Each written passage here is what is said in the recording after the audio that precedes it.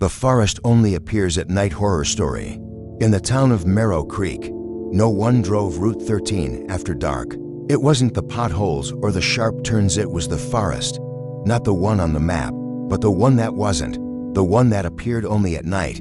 They called it the Whispering Wood. Jacob had heard the stories all his life.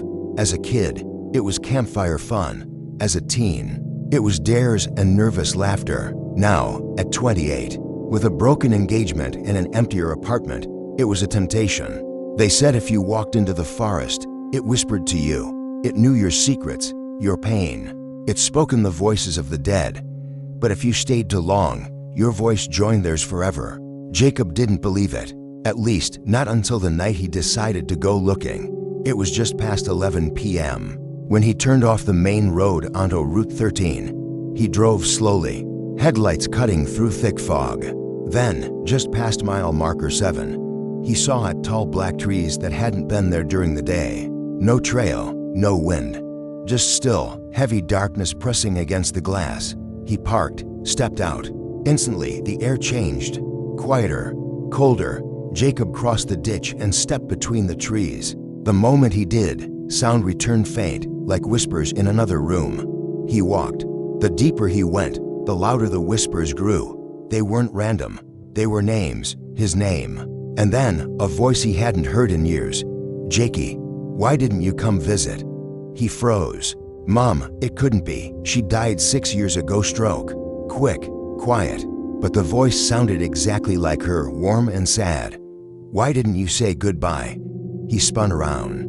No one there. More voices joined.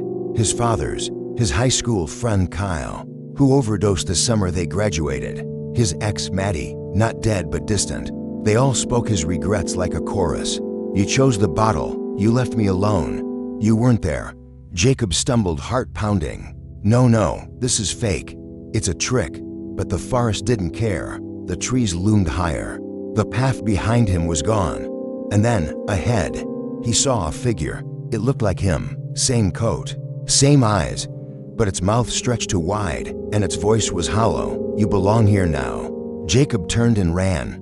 Branches scraped his arms, roots pulled at his ankles. The whispers rose to screams. His mother sobbed. Kyle laughed. Maddie whispered, "I miss you," over and over. He broke through the trees and landed in the ditch beside his car. The forest was gone. Just cornfields now. Route 13 stretched empty in both directions. Jacob gasped, body shaking. He never went back, but sometimes late at night, when the wind picks up just right, he hears them whispering outside his window, and one of the voices is his own.